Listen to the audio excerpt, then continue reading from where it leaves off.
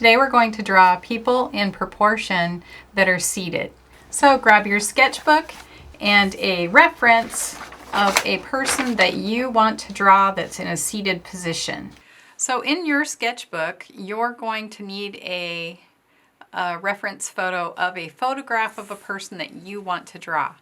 You can put this on your iPad, you can put it on your phone, or you can print it out like I have here for today's demonstration. And this time, we're going to use the proportions the same as we did the last time. You're going to look at the size of the person's head, and you're going to measure how many heads is it until the person is seated on the surface that they're sitting on, whether it's a stool, a chair, a couch. In this case, this is a old photo of a woman that is sitting on an old surfboard. But where is she touching the surfboard is what we want to measure. So if we look at, and I marked it with red so you could see it a little bit easier, your head size is this much. So we're going to go down one head and make a mark for where that is, and it's still at the chest area. And then down one more. Now if she was standing, this would be her waist, the third head down. But in this case, it's the center almost of her thigh. And then about halfway down from there is where she's touching the surfboard. And then if we look at her head and how much in line is it, her spine is kind of curved. And then her head size is how long you're going to make her legs. Now remember what I said in the last video, that this is where a lot of people get themselves into trouble. They will make the leg length much too short. So you use the head size to count. How many heads is it going to be for the length of her leg? So we know that it's 2 to the knee and then 2 to the bottom of the foot. So let's get that measurement down. All right, so after you have kind of mapped it out, where is her elbow, how many heads is it till she's touching the surfboard, and how many heads is it for the length of her leg, then you're ready to start your drawing. So we are going to start here. Remember, if you make her head, let me put another piece of paper here. If you made her head this big, she probably won't fit on your page in your sketchbook. So from your sketchbook size, decide how big can you make her head, and then still have enough for her to fit on the page. This is where it will really help you if you're getting that roadmap. So remember, we just talked about her head size. Then we have another one down will be where her chest is, another one down of that size, scooting it down about the same size, will be where her center of her thigh is, and then halfway from there is where she's touching the surfboard. All right, and then we figured out that looking at where her head is in line with her leg, we know that her backbone is kind of slanted, so we're going to look at how far back is that from the head size. I would say that that's about 3/4 of a head outward. Now let's look at her legs. From where her hip is touching, we're going to have her leg from here. I'm looking at how far is it from back where her tailbone is touching the surfboard. Why do I have such a hard time saying surfboard? Oftentimes I have a difficult time speaking at the same time I'm drawing. Does that happen to you? That's our brain. With the right hemisphere is our drawing side and our left hemisphere is our speaking side. Okay, so we have one head this direction, 2 is where her knee is going to be, 3 is where her calf, the middle of her calf is, and then 4 is where her feet are. So let's map it out now. And looking at proportions, we have our map, right? And we're gonna now look at comparisons. Remember how I told you in the last video, looking for the negative space is going to help us to see where to put the positive space. So you can correct your drawing that way. All right, so we have her shoulder here, and it's slanted downward. Her neck is tilting in slightly. Now we have the triangular bend of her back under her arm, and then it bends back to the line of her. Okay, then we have her chest, which is where her arm is. Her forearm. Remember the bend of the elbow is at the waist, but in this case her arm is up, and her shoulder is up too as well.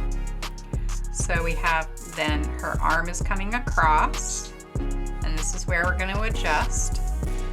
And then we have her arm. Make her shoulders not quite so. And then we have, here's the middle of her thigh. We have her knee. And it has a slight tilt up. And where it's touching the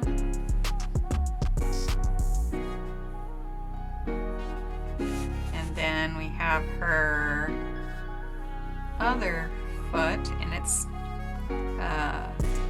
got this old-fashioned shoe, high heel.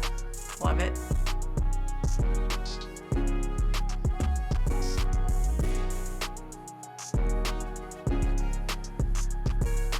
Okay. Her knee is kind of got a bump here. All right, now let's look at that negative space. So we have her leg. Her other leg is up. Still in line. And comes down with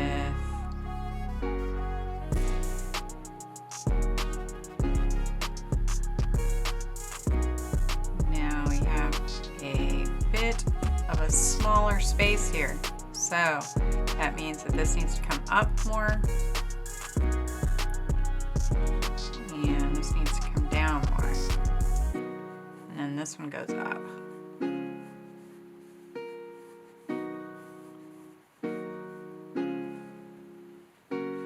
Okay, so now let's look at that negative space. Is that about the same? And we're playing the game of compare the negative and the positive space. Okay, and then that means her arm is tilted a little bit too much down, so we're going to put it up.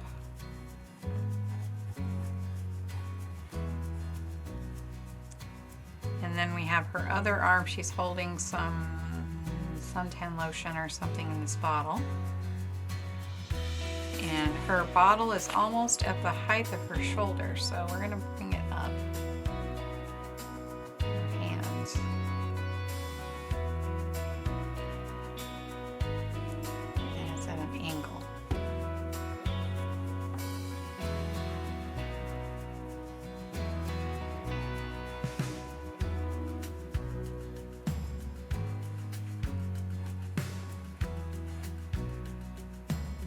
Armpit.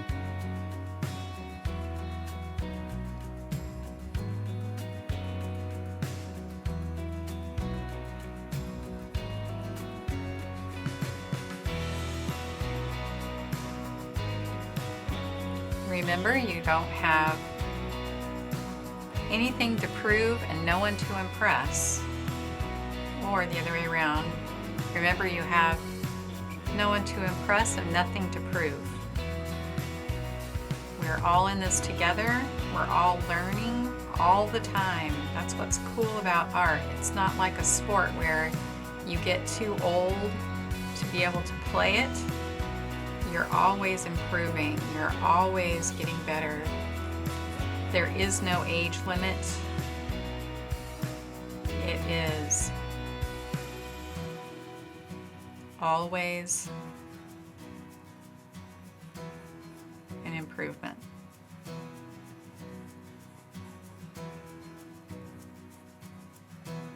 Okay, I'm adjusting her body now, and then her arm. How much is her arm slanted from this space of her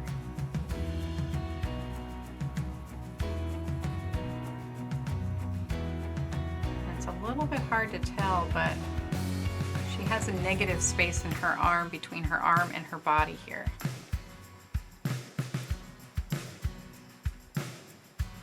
And then back then the bathing suits were kind of like a real short mini skirt kind of scenario here. That's kind of shaded. And then her arm has a little bit of space there. I need that negative space. See how I have that too big, so I know I'm going to need to adjust that. Okay, so now let's start looking at all of our comparisons of negative spaces. So this negative space here, I need to tighten that up. I can color in her bathing suit here with my pencil to see it. Sometimes it's easier to shade and then come back and erase to get your highlights. So with her black bathing suit, I'm going to just shade it all in and then come back and erase back her highlights for her bathing suit. Her bathing suit swimwear skirt, I guess, is what you would call it. Okay, and then there's a little bit of a seam right here that would be good for us to be able to see.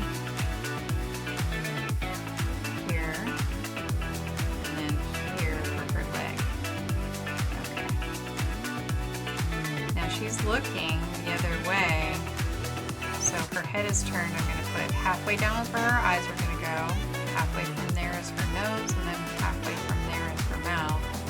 And then her hair is kind of blowing all the way out to her shoulders, so I'll just kind of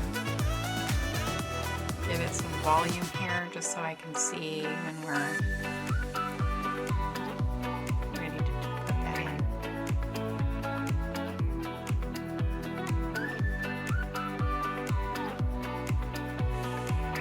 Okay, so then all we have left now is her arm. Erase on this. Her arm that's barely touching on her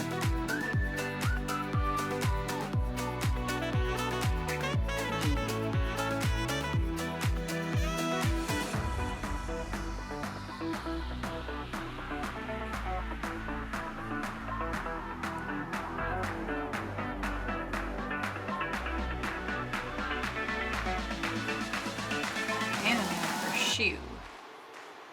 Our final little piece here for your video. So the point of this video, though, is to help you to understand the importance of you mapping it out first with proportions before you dig in and start really getting into the drawing of the parts and making all these modifications like you're seeing. Then you'll have the ability to modify but still have your proportions right. So I'm still going to be working on getting this all dialed in, and I hope to see you in the next video on shading people. Shading will be our next adventure. All right, see you there. Let's talk about choosing a reference photo to work from. Try to choose a reference photo that is in a full range of values so you can see exactly what you're drawing and the full range of values that you're looking for. Remember to subscribe and like, and that will help me to continue to make videos for you. Thanks for coming. I'll see you in the next video.